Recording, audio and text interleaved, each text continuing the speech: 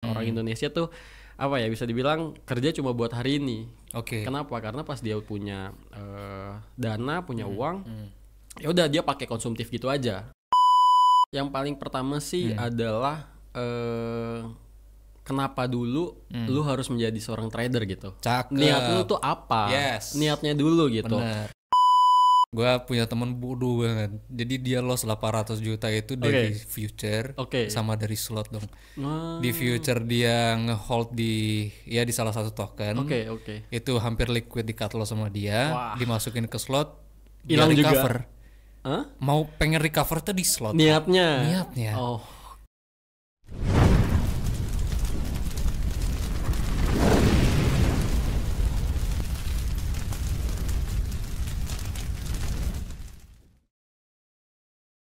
Om Guntur, apa kabar? Halo bro, kabar baik. Sehat. Alhamdulillah. Waduh, kita udah lama ya nggak ketemu. Udah berapa lama ya? Kayak 2 minggu. Lumayan lah, ada lebih. Sebelum Lebaran. Sebelum Lebaran ya?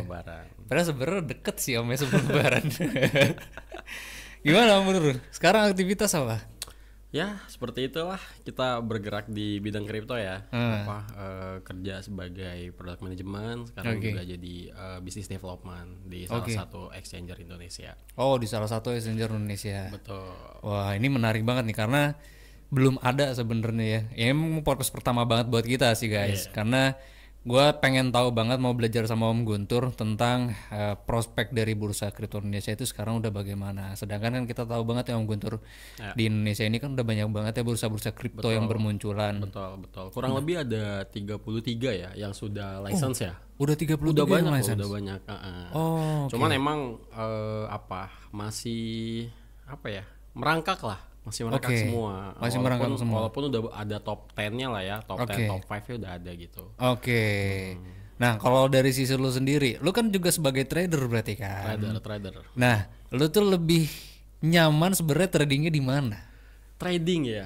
Kalau dibilang nyaman sebenarnya dari pertama kali gua kenal kripto itu sebenarnya udah pakai yang warna kuning. Warna kuning emang cocok banget sih sebenarnya warna kuning.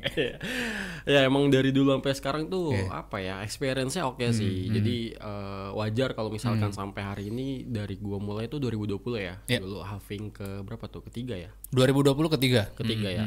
Itu gua pertama kali kenal udah kuning, sampai sekarang nyaman walaupun banyak fiturnya ya. Nambah banyak banget, tapi ya buat trading tuh ini banget nyaman banget ya. Nyaman banget. Masalahnya kan banyakan dari kita trading lebih nyamannya di derivative market kan, di future kan. Di future. Dibandingkan di spot. Betul. Nah, by the way, lu kan ini berarti bekerja sebagai product manager di salah satu bursa kripto Indonesia. Betul. Nah, gua tuh sebenarnya pengen nanya, karena gua tuh punya mimpi banget mau punya bikin ke bursa kripto. Mimpi gua sama Om Logan tuh pengen banget punya bursa kripto. I see. Nah, lu udah berkecimpung duluan dalam sini. Nah, kira-kira tuh sebenarnya tantangan dari bursa kripto yang sekarang lagi dialami itu apa? Kalau sekarang itu tantangannya banyak ya pastinya gitu, dari berbagai perspektif lah. Misalkan seperti regulasi, kemudian juga dari sisi usernya sendiri, lalu mungkin B2B kalau kita masuk ke company bagaimana mereka menyikapi lah adanya kripto ini, acquisitionnya ya, dan itu punya strategi masing-masing gitu. Dan memang untuk kripto di Indonesia ini literasinya itu menurut saya pesat banget gitu. Dan ditambah lagi pemerintah support banget ya, artinya adaptif gitu. Ya mungkin karena melihat pajak kali ya, ngelihat adanya pendapatan negara nih, makanya ini ada model baru, instrumen baru, ya pemerintah harusnya nggak boleh ketinggalan lah. Nggak boleh ketinggalan. Dan memang faktanya terus bergerak ya secara regulasi di Indonesianya. Gitu sih, Om. Kalau ngelihat dari sekarang udah 33 kan berarti regulasi kripto Indonesia pun mengayomi sebenarnya mengayomi ya. Adaptasi, betul. Tinggal beradaptasi, tinggal ya token-token kripto Indonesia aja nih kira-kira ya kan. Gimana dia bisa berkembang Indonesia, karena kan belum kelihatan banget ya kalau sementara ini sebenarnya. Ya gitu sih Om, masih dibilang menggap-menggap dibilang ada bermunculan juga tapi emang belum ada yang sustain yang bener-bener dibilang pelopor tuh atau pionir yang long term trusted. Itu memang ya semoga ada lah Oh iya benar. Gitu. Kalau masalah market, kira-kira gimana bursa kripto marketnya? Dalam konteks apa nih? Kalau kita lihat kan sekarang ya, kebanyakan ini yang beredar pada umumnya. Ya. Isu yang beredar pada umumnya sekarang itu kan beredar bahwa Gen Z dan milenial itu lebih fokus atau lebih seneng berinvestasi di pasar kripto. Oke. Nah, kalau lu lihat dari statistik yang ada sekarang, dari pandangan lu kira-kira gimana itu? Oke. Kalau based on data sendiri, memang untuk kripto ini di Indonesia itu didominasi oleh usia-usia orang baru punya KTP. Oh, iya. Masuk ke usia kuliah, sampai masuk ke pasca kampus lah, fresh graduate gitu. Itu bisa dikatakan dominannya. Mungkin balik ke ini kali ya, karena kripto sendiri terbilang instrumen yang high risk. Dan itu sejalan dengan psikologi anak muda nih. Ya, gue juga belum tua-tua banget lah ya. Gitu masih terbilang muda gitu. Itu cocok gitu, sepadan. Mereka senang yang high risk. Makanya kalau kita lihat secara statistik didominasi oleh yang sekarang muda kan berarti Gen Z, Gen Alpha ya. Iya, Gen Z sama Gen Alpha. Yang baru punya KTP. Betul. Nah, berarti kalau kita ngelihat dari demografinya yang sekarang pun baru punya KTP ini, kan berarti belum ada pengalaman untuk berinvestasi, bener kan? Nah, sekarang kira-kira untuk market tersebut, Gen Alpha sama Gen Z ini mau cari informasi untuk masalah investasi kripto tuh sebenarnya harus kemana gitu? Kan memang banyak banget ya di internet tempat segala macam. Apalagi sekarang banyak influencer yang mencoba untuk menginfluence bahwa Bitcoin itu suatu investasi yang store of value dan segala macamnya. Nah, kalau dari sisi bursa kripto sendiri, mereka tuh sebenarnya menyediakan nggak sih sebuah literasi atau seminar? Pastinya ada ya. Jadi karena Gen Z ini atau Gen Alpha ini terbilang baru memahami apa itu instrumen finansial dan salah satunya kripto, itu kita ada edukasi. Ya harapannya mereka dari mengetahui hal tersebut terus bisa memfollow nih. Karena kan pasti kalau biasanya orang baru itu akan terjebak terhadap kebingungan. Benar. Dari informasi yang dia dapat gitu. Dan itu yang nggak sedikit juga nih yang akhirnya dibilang terjerumus mungkin lebih ke arah bisa kena scam, ketipu, atau paling umum tuh FOMO. Bener. Ya, dia ikut, dia masuk, tapi nggak tahu nih, cuma sekedar keren-kerenan. Yang parahnya lagi ya baru tahu diiming-imingin gitu kan. Tapi sebenarnya resiko terhadap floating minus atau ruginya itu kayak masih bias banget dan baru nyesel ketika kejadian. Dan itu nggak sedikit loh. Itu berarti ini sebenarnya jadi polemik banget di Indonesia sebenarnya ya. Banget. Nah, ini menarik banget sebenarnya karena kan berarti market Gen Z dan juga Alpha ini mereka hanya tahu berinvestasi ya kan, tapi sebenarnya belum memahami bahwa blockchain dan cryptocurrency itu bisa menjadi sebuah pekerjaan atau karir. Betul. Nah, dari pandangan lu kira-kira kalau untuk berkarir di industri kripto nih gimana di Indonesia sekarang? Menarik nih pertanyaan. Jujur gue hari ini ada di industri ini, itu berangkat dari jadi trader dulu gitu. Oh, benar, exactly. Iya. Jadi gue 2019 lah. Gue belum ngerti kripto. At the end of year gue mulai tahu itu Bitcoin gitu. Akhirnya 2020 gue nyemplung nih. Makin kesini gue ngelihat kripto ini satu adalah futuristik. Mungkin lebih ke arah blockchain-nya lah. Karena yang gue pahami adalah blockchain itu kripto itu adalah produk dari blockchain gitu ya. Terus makin kesini gue belajar tentang finansial. Sampai akhirnya gue memahami finansial itu sebisa mungkin jangan pasif. Harus aktif gitu.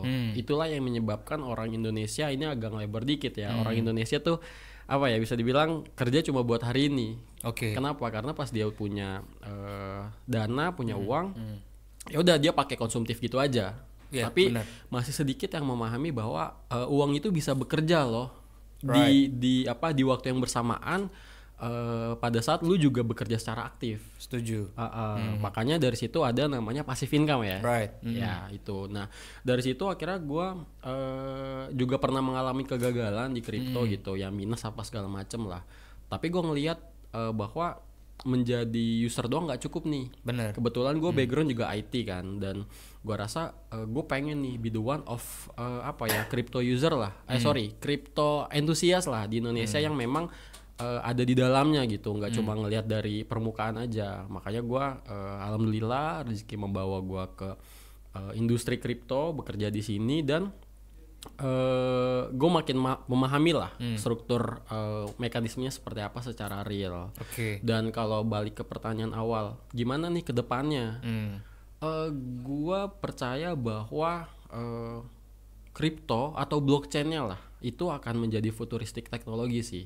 Tinggal nanti adaptasi di Indonesianya ya, dalam bentuk apanya itu gue lihat masih green banget. Which is itu akan menjadi ladang pekerjaan ya, role baru lah yang mungkin dulu kita cuma kalau di IT itu cuma ngelihatnya front end developer, back end developer. Sekarang ada namanya Solidity Engineer ya, atau Solidity Developer kan. Dan itu memang akan mengarah ke pergeseran dari teknologi, kayak Web 2 ke Web 3. Otomatis bakalan terus bermunculan sih role baru ya, entah yang memang berubah nama aja atau yang secara activity itu baru gitu.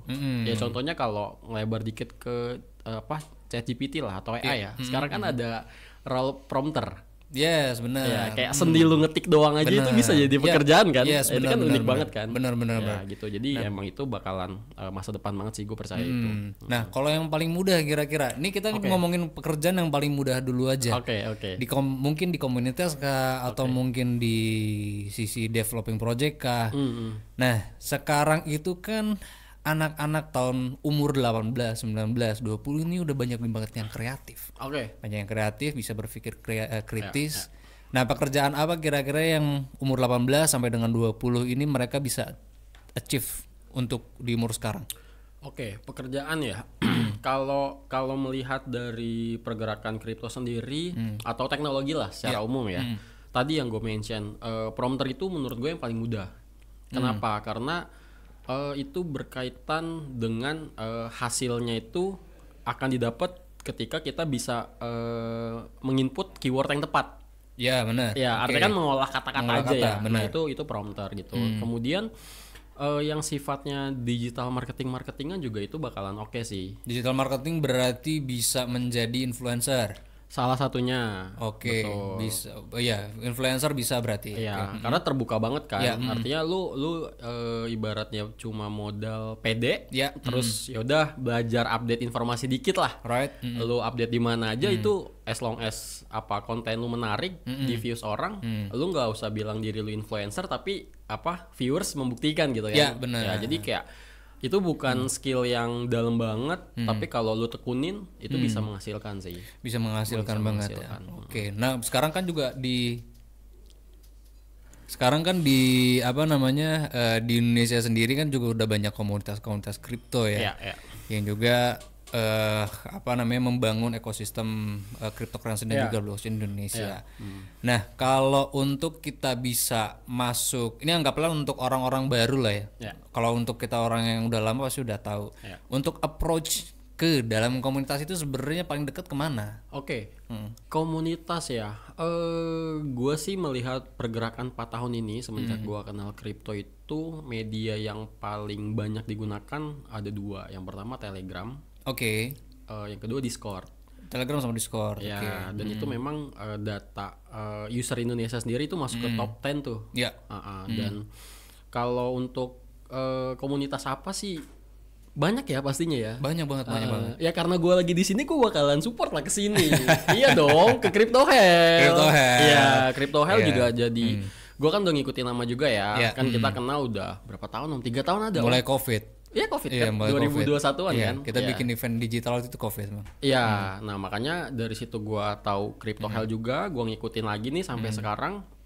Dan gua ngelihat ya ini jadi salah satu media untuk orang-orang yang mau mencoba gitu, untuk mencari informasi baru tapi punya kapabilitas lah.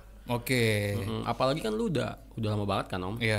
Jadi ya harusnya worth it sih. Untuk worth it ya. Nah, kalau kita ngomongin masalah pasar lagi, Sekarang juga kan ya gampang sih sebenarnya untuk mencari informasi ya. Ya, Cuman kan banyak. orang itu memang harus di guidance untuk mendapatkan informasi yang lebih detail dan juga informasi yang legit. Ya. Nah, kira-kira kalau di bursa sendiri itu gampang nggak sih daftarnya untuk kita buka akun? Oh, sebenarnya sederhana sih. Sederhana banget ya. Iya, sederhana. Kayak lu misalkan bikin sosial media gitu, login by atau bikin akun, masukin email, password. Selebihnya paling kayak upload KTP aja sih. Upload KTP aja sekarang ya. Kalau kita bahasanya biasanya KYC. KYC. Know your customer. Ya, kayak gitu. Standar lah. Standar, dan itu juga proses cepet kok. Dan bisa online langsung di aplikasinya. Oke. Nah, kalau di bursa lu sendiri, itu mudah untuk bermanuver dalam situ. Gampang om. Gampang banget ya. Kan kita, gue boleh sebut nama ya? Boleh banget. Boleh banget. Ya, kita aplikasi namanya Gudang Kripto. Gudang Kripto. Oke.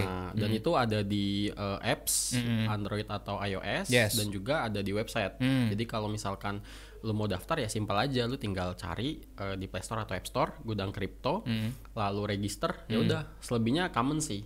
Data-data umum aja gitu. Nah, minimal investasinya berapa kalau di situ?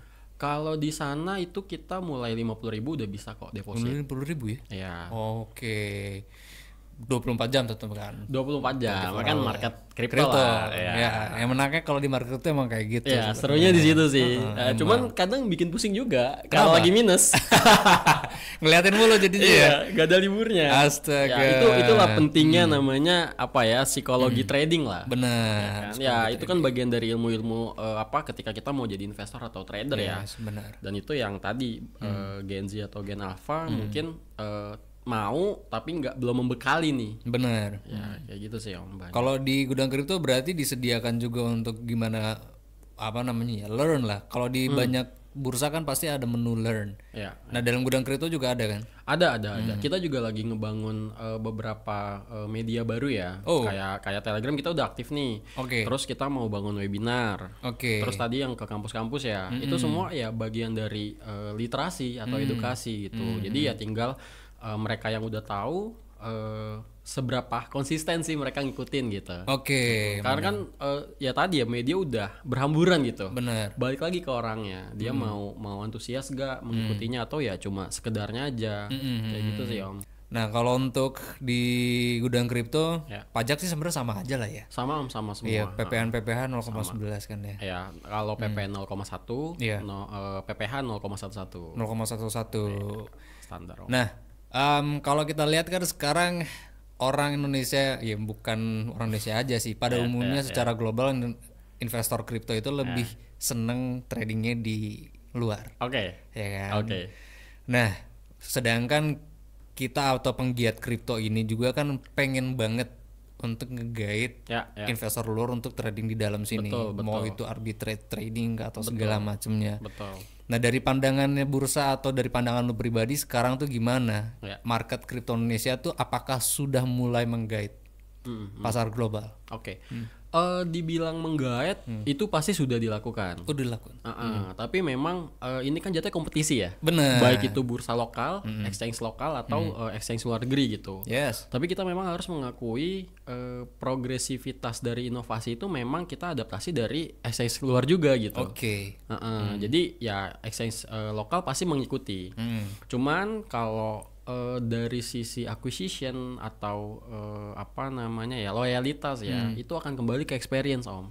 Experience trading dalam si platform berarti ya? Ya, ini berdasarkan sudut pandang pribadi dan juga digabungkan gue bekerja di exchange ya. Benar. Karena misalkan gue merem nih sama exchange gue gitu, gue sebagai user aja, otomatis gue akan melihat kan yang bikin gue nyaman pakai platform tersebut tuh apa aja. Nah itu kan ada indikatornya lah ya. Bener. Yang paling simpel adalah nge-lag gak sih. Kemudian kalau kita jual atau beli langsung ada yang makan gak sih gitu, pairingnya lah.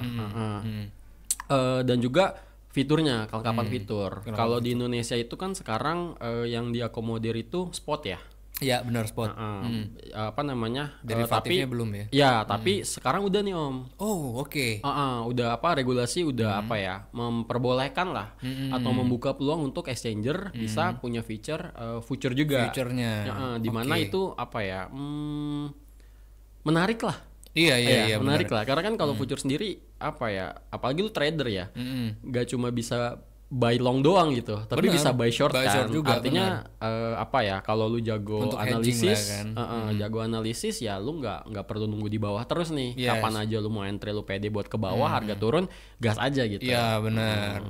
Kadang kan gitu. sekarang mayoritas orang Indonesia juga senangnya di future market. Betul.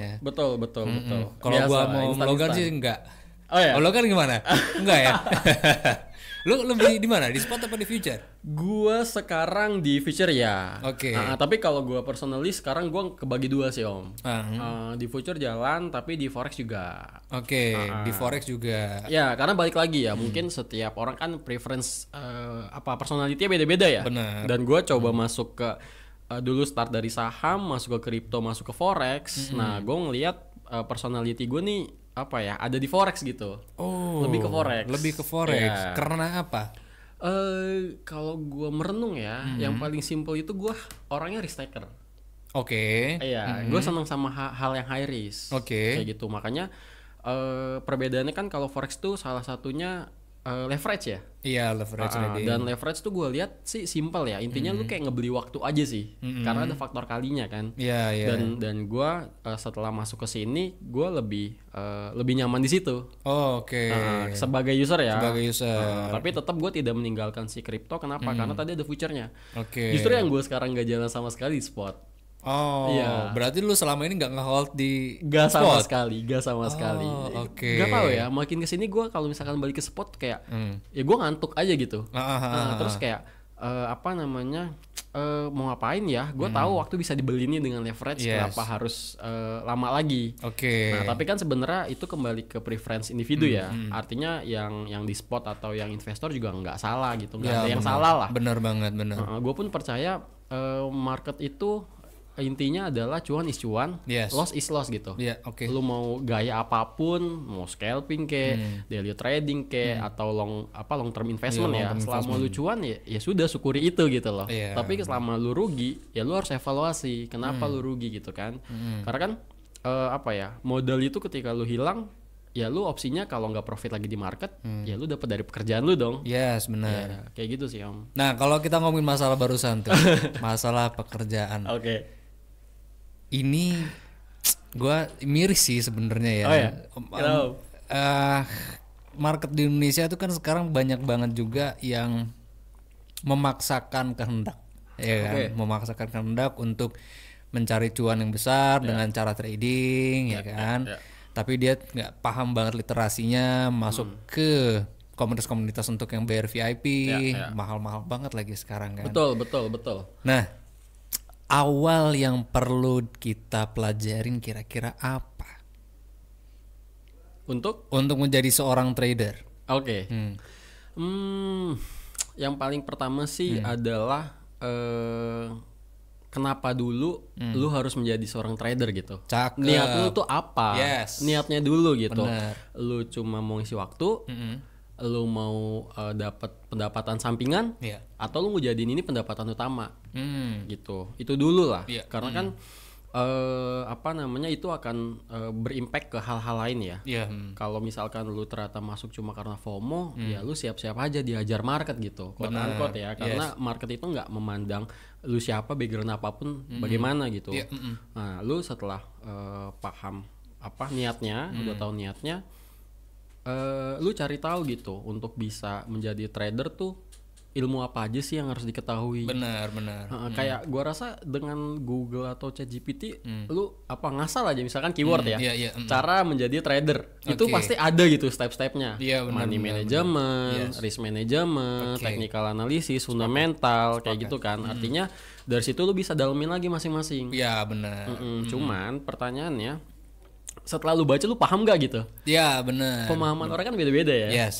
Ada yang cepet dengan misalkan baca doang, ada yang cepet harus nonton YouTube visual lah ya. Ada yang cepet harus dijelasin gitu, dijelasin sama orang. Nah, lu metode yang mana nih? Bisa baca sendiri otodidak atau nonton YouTube atau tadi kayak punya guru lah. Nah, setelah itu ya udah, misalkan lu udah mutusin satu ya, cara lu belajar yang cepet tuh begini. Ya udah tinggal cari opsi-opsi yang ada seperti apa, cari reviewnya seperti apa.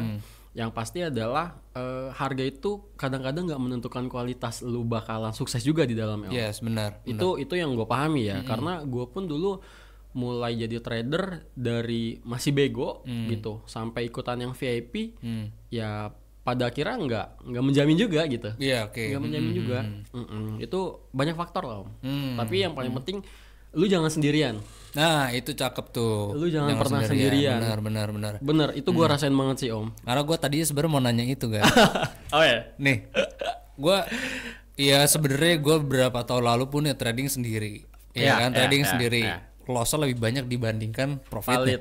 Betul, Om. Profitnya. Betul. Pada akhirnya gua ketemu teman-teman ini, Om Logan, terus juga siapa Ronald. Nah, ini semua terbantukan karena dari pandangan-pandangan teknik analisis yang mereka buat pun itu bisa menyempurnakan analisa yang gue buat. Betul. Gitu kan. Valid, Om. Nah, makanya sekarang itu banyak banget kan influencer yang memang dia ngomong gue bisa nih achieve segini dari segini bisa sekian, tradingnya sendiri lagi. Nah, kalau menurut pandangan lu kira-kira itu sebenarnya beneran apa enggak sih? Oke. Kalau dibilang beneran, gue bisa katakan beneran juga, Om. Oke. Tapi gini yang lu harus pahami atau sadari ya. Pertama, style orang beda-beda. Kemudian jam terbang orang beda-beda. Bener. Modal orang beda-beda. Mental orang beda-beda gitu. Nah, ketika lu mau ngikuti orang tersebut, apakah lu bisa menjiplak atau mengikuti caranya dia 100%? Yes. Harusnya kan enggak gitu.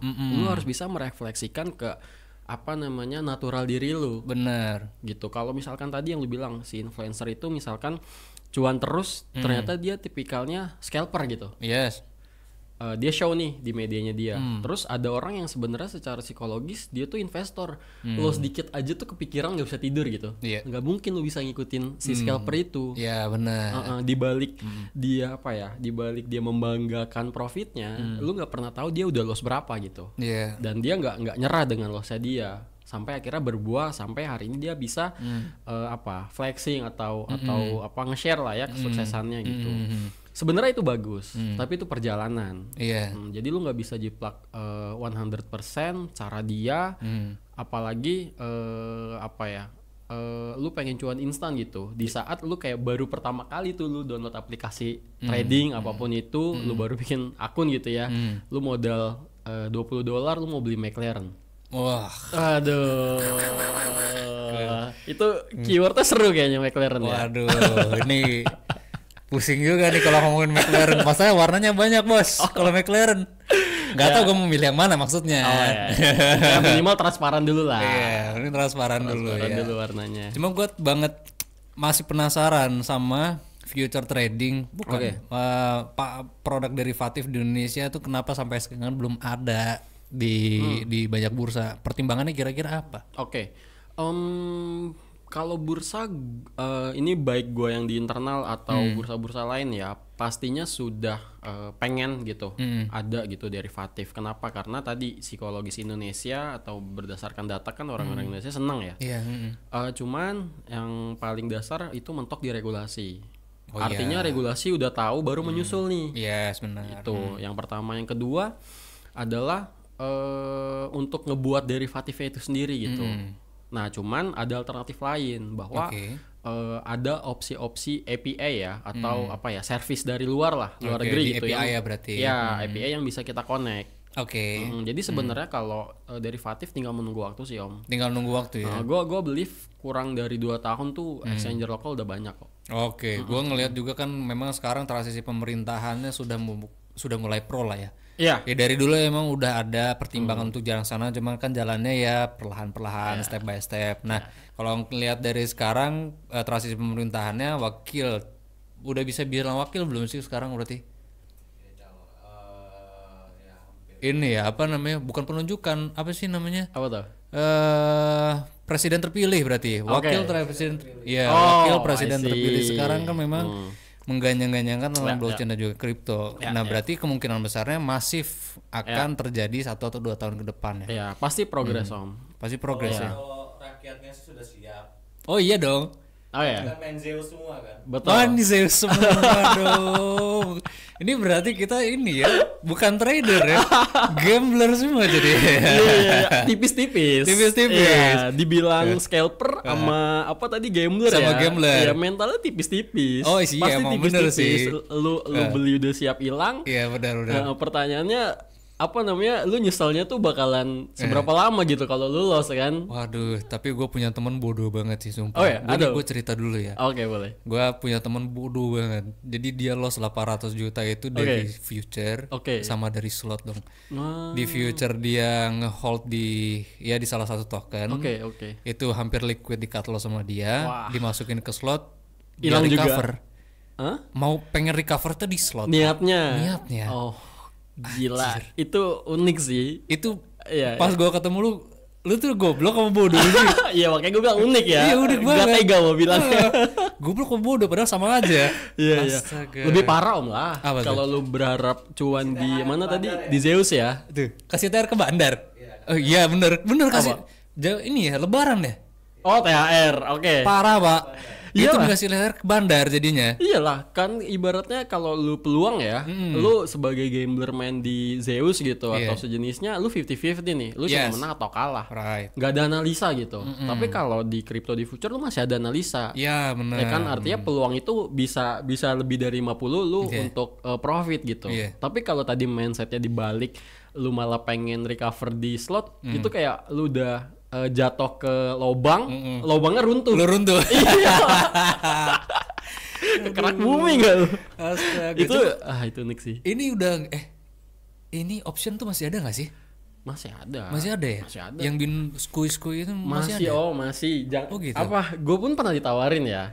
Pernah tawarin gue. Kan gue aktif di komunitas juga nih. Oh, tiba-tiba ada kayak sales dari yang itulah binary itu gitu. Gue ditawarin dan itu masih ada Om. Masih ada.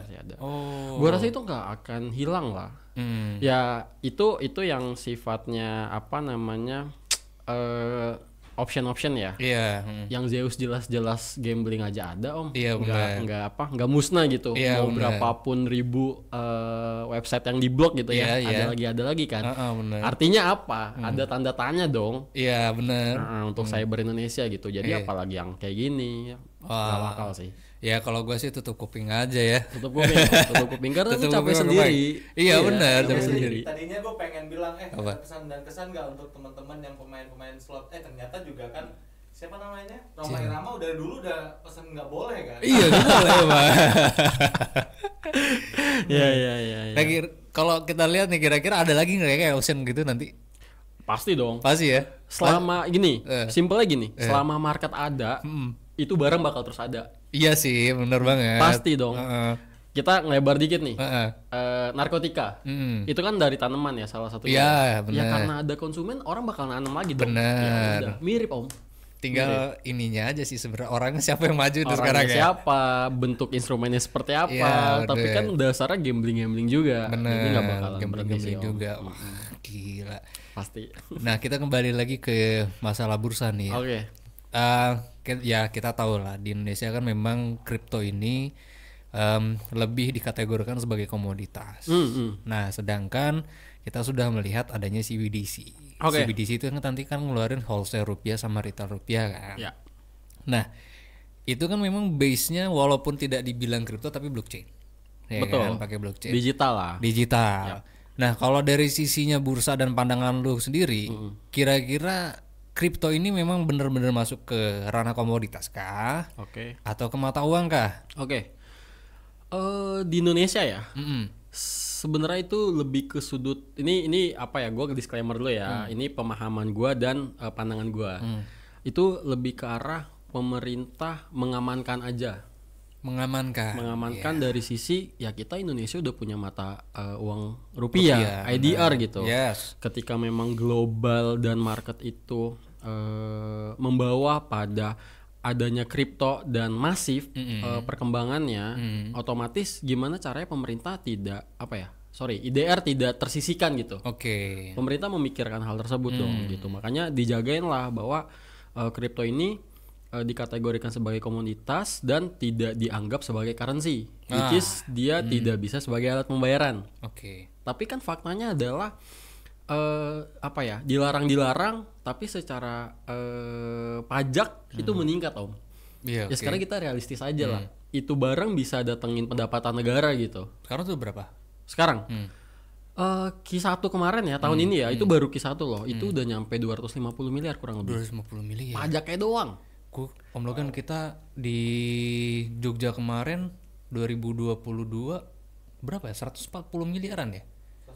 140 miliar. 250 sekarang. Iya, itu kan baru pajaknya. Berarti kan perputarannya berapa kali dari pajak itu dong? Berarti user juga nambah sekarang. User udah nambah. User tuh ya? Berapa orang? Sekarang tuh udah nyampe 18 juta loh. 18 juta. Iya, sampai kuartal ini ya, kuartal 2 dan itu terus growth. Wah, gila. Gitu. Ya kan simpel aja lah bahwa influencer makin banyak. Benar. Gitu. Otomatis kan mouth to mouth atau media sosial yang orang-orang gak ngerti itu lihat tertarik dong. Benar. Apalagi cuan instan, Yes. kemudian lu bisa jalan-jalan ke luar negeri. Ya tadi baik lagi lu bisa beli McLaren kayak gitu kan. Itu kan menggugah nafsu, hasrat. Itu. Iya, ya kan ya pasti bertambah lah. Benar. Apalagi anak-anak muda kan yang ibaratnya dia belum dapat penghasilan. Tiba-tiba dia ngelihat hal ini, oh gila gue bisa kaya cepet nih. Iya, benar. Ya udah akan terus bertambah. Oke. Nah, mindset yang bikin cepat kaya itu sebenarnya harus dirubah ya Om ya. Iya. Karena gue beberapa kali juga ketemu sama beberapa rekan di universitas. Karena kan gue mau memperkenalkan produk gue si Sentio NFT Marketplace itu kan. Nah, ketemulah dengan beberapa dosen di sana. Dikiranya apa coba? Gue mau nawarin investasi. Kayak orang asuransi gue jadi ya.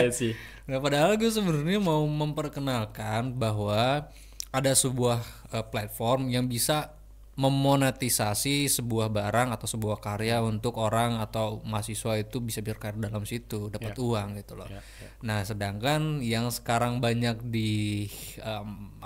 dipromosikan oleh banyak influencer itu adalah cuan besar, cuan tinggi atau cuan banyak. Cuan banyak dan instan dalam waktu cepat kan. Benar. Dan itu sebenarnya salah banget juga ya Om Logan ya. Iya. Ya bukan nggak nyalahin juga sih sebenarnya, walaupun kita udah tahu kan memang dari sisi dari manusia juga pengennya yang cepat dan instan kan. Itu memang udah menjadi hasratnya manusia dari bawaan pabrik gitu ya. Dan sebenarnya kalau balik lagi ke general ada gitu. Ada yang memang bisa instan gitu. Tapi balik lagi, instannya mereka apakah hoki? Apakah proses? Nah, yang proses ini kan gak pernah di show di di media gitu ya. Bener, artinya ya udah orang taunya pas gue cuan aja, pas los nggak dikasih tahu gitu. Nah tapi ya sayangnya yang berjamur yang profitnya doang. Itulah yang mempatri orang-orang user baru gitu bahwa anjay gila gitu, kan berapa puluh USD gitu bisa didapat dalam satu kali trading gitu misalkan. Iya benar. Ya ribuan BNB ya kan. Ribuan BNB ya, apalagi kalau koin micin ya. Wah, kan 1000x gitu. Wah, gila. Lu naro sejuta aja udah bisa jadi berapa tuh 1000 masih banyak banget lah. Orang kemarin gua cuma masuk $10 Pak. Di apa kemarin yang lu suruh masuk ke Logan? Iya, bukan Bomem, yang satu lagi, Books of Bull Run itu, yang di Solana kemarin. Gue cuma masuk $10, jadi $70. Lumayan. 7x ya. Iya. Ya maksudnya contoh-contoh seperti itu. Walaupun memang sebenarnya itu sangat beresiko. Ya, itu kan kayak lobang lah. Lu mau loncat di lobang yang mana, tapi dari banyaknya lobang pilihan, berapa sih yang bakalan sukses gitu kan? Iya, benar. Ya, balik lagi ke probabilitas kan? Yes, benar, probabilitas. Ujung-ujungnya akan balik lagi ke money management, kemudian risk manajemennya gitu loh. Lu siap gak sih gitu. Ya kalau lu amit-amit salah lobang semua, hilang semua dong. Hilang semua, benar. Berarti ada unsur luck juga kan di situ. Iya. Karena kalau gue lihatnya sebenarnya token-token kita sebut apa? Micin berarti ya? Ya boleh lah. Token micin gitu kan susah untuk dianalisa secara fundamental toh. Pasti. Karena kalau gue sama Om Logan aja, gue belajar kalau untuk koin micin emang dari Om Logan. Oh ya, paham lah gue kalau Om Logan lah. Kita berangkat dari micin yang sama-sama ya Om. Apa? Cap, middle cap. I see. High cap gitu. Kalau dia sih yang di lock likuiditas siap Om Logan. Ya. Gitu. Ya, itu kan lebih ke arah indikator ya, bahwa ini token memang berpotensi tinggi scam atau memang real nih si developer mau bikin token untuk maju gitu. Tapi ya tetap aja bisa dihitung probabilitas yang bener lah gitu. Ya pada akhirnya proses kan, nggak bisa seinstan itu juga gitu seberapa. Kalau untuk ini gimana ya? Kalau bursa tuh sekarang pendekatan ke pemerintahnya gimana kira-kira? Oke. Pendekatannya sih lebih wait and see ya. Artinya iya, maksud gua gini. Pendekatan untuk bagaimana caranya menyempurnakan regulasi kripto Indonesia. Ya. Itu tuh sebenarnya adakah annual meeting yang dilakukan oleh bursa melalui organisasi apakah kayak gitu? Oke, ada Om ada. Jadi saat ini kan masih di Bapepti ya. Iya, Bapepti. Dan Bapepti pun juga menaungi stakeholder di exchanger lokal nih. Oke. Artinya regulasi yang dibangun pun udah bisa dibilang berdasarkan diskusi lah. Oke. Jadi tetap ada komunikasi. Ya tetap kan kayak misalkan staking deh. Staking itu kan kemarin-kemarin belum boleh nih.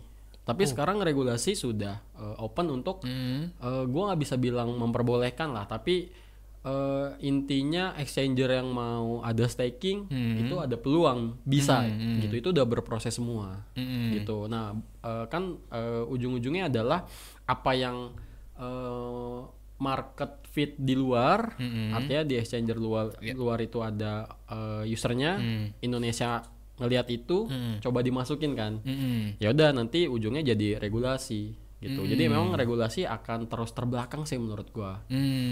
Jadi ya udah masif dulu nih. Oke. Apalagi ada cuannya dulu nih. Iya benar. Ya udah baru dibuat regulasi. Boom dulu lah ya. Gitu.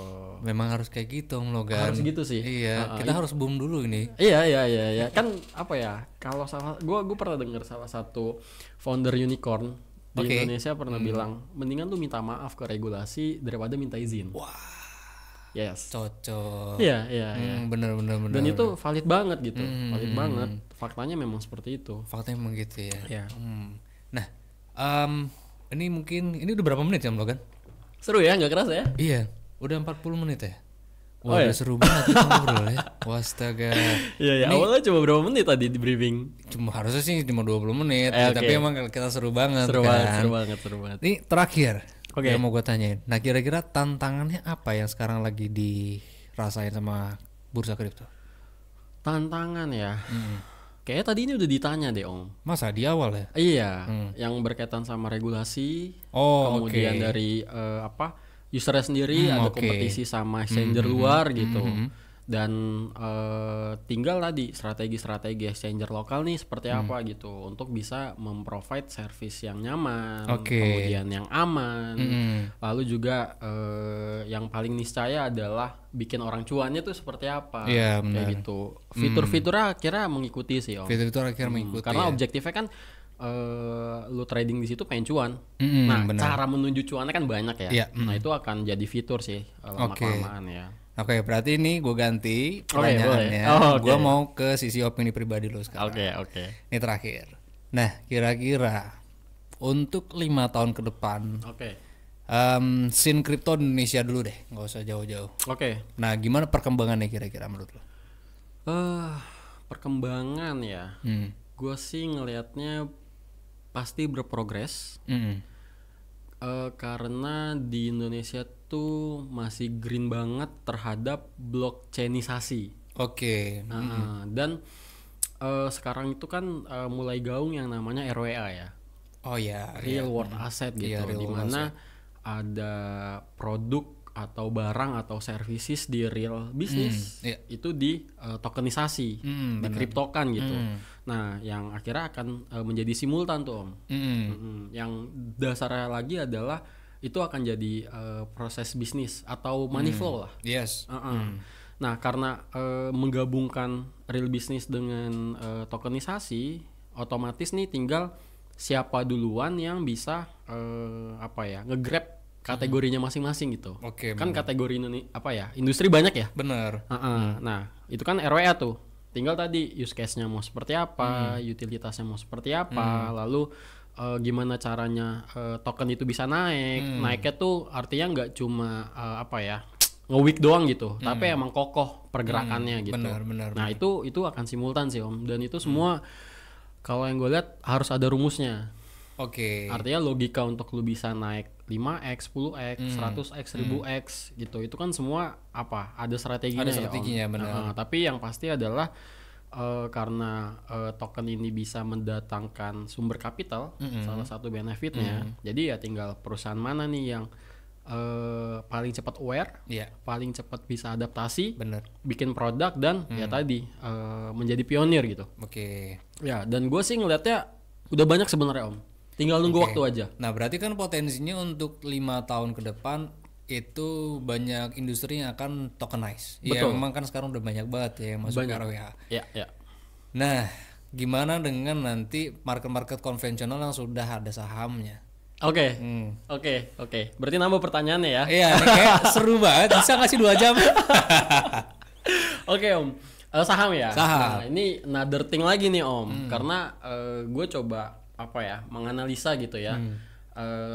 Dunia saham seperti ini, dunia kripto seperti ini, tapi dasarnya itu hanya perbedaan terminologi. Oke. Ada perbedaan terminologi yang sebenarnya sama gitu. Jadi kalau saham itu kan setelah si perusahaan itu IPO ya. Iya, IPO. Ya, dia melepas lembar sahamnya ke umum, ke publik, dan dapat duit dari situ untuk dia hidup gitu. Yeah. Nah, kurang lebih kripto akan sama juga nih. Nah, tergantung niat dari perusahaannya. Dia mau IPO itu buat nyari dana atau seperti apa, atau buat exit pemegang saham gitu. Nah, kalau kripto sama, balik juga niatnya seperti apa. Kalau misalkan niatnya sama, sebenarnya kan saham itu jadi punya substitusi. Iya, benar. Kripto gitu. Yes. Ada alternatif nih untuk si perusahaan misalkan tadi berkembang gitu ya. Kayak gitu. Jadi kalau dibilang apakah akan tergantikan, gua rasa akan berjalan beriringan. Tapi tinggal regulasi dan aturan mainnya lah. Bener. Karena kalau kita gua ngelihat tren saham sendiri gitu dari 2019 gue pertama masuk sampai ke hari ini, yang gue lihat volumenya itu memang mulai goyang volume di saham gitu ya. Simpelnya sih analisa gue, karena tadi instrumen yang jadi alternatif lebih banyak. Iya, lebih banyak sekarang. Ditambah risk rate-nya gitu. Oke. Ya kan tadi orang Indonesia cenderung senang yang cuan cepat gitu. Entah dalam time frame menitan, harian atau mingguan.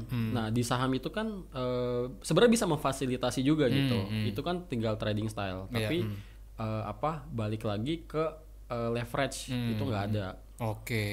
Nah, makanya nih kalau misalkan perusahaan-perusahaan masuk ke tokenisasi, ke kripto, ya bisa jadi mereka nggak butuh saham. Bisa jadi mereka nggak perlu IPO. Karena tadi kan goalnya gue dapet duit gitu buat berkembang. Ya balik lagi tadi ke foundernya masing-masing ya, atau ke manajemennya masing-masing. Tapi goalnya sama gitu sih. Keren banget. Oke deh, kalau gitu, thank you ya Om Guntur. Kita akan ngobrol-ngobrol lagi di sesi yang lain. Mungkin kita ngomongin masalah komunitas karena. Boleh Om. Ya, seru banget sih Om. Gue jujur seneng banget yang kayak gini-gini. Karena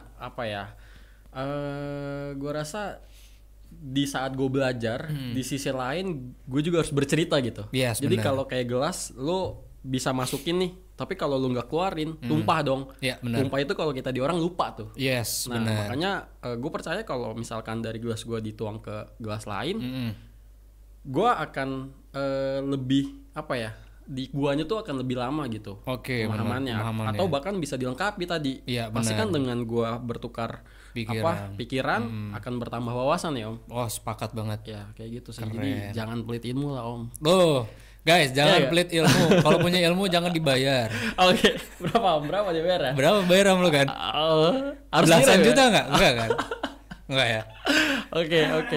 Wah, dia Om Logan. Om Logan lagi sakit, Om. Udahan katanya. Oh, Udahan waktunya katanya. Oke, siap. Oke, thank you Om Guntur ya. Aman Om, aman. Dengan senang hati lah Om. Gue juga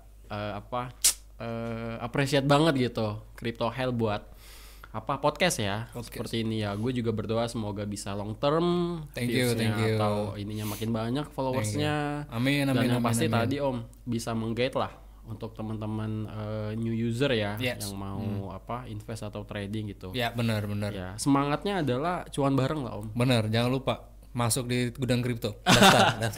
Download ya. Download ya. Thank you ya. Thank you Om.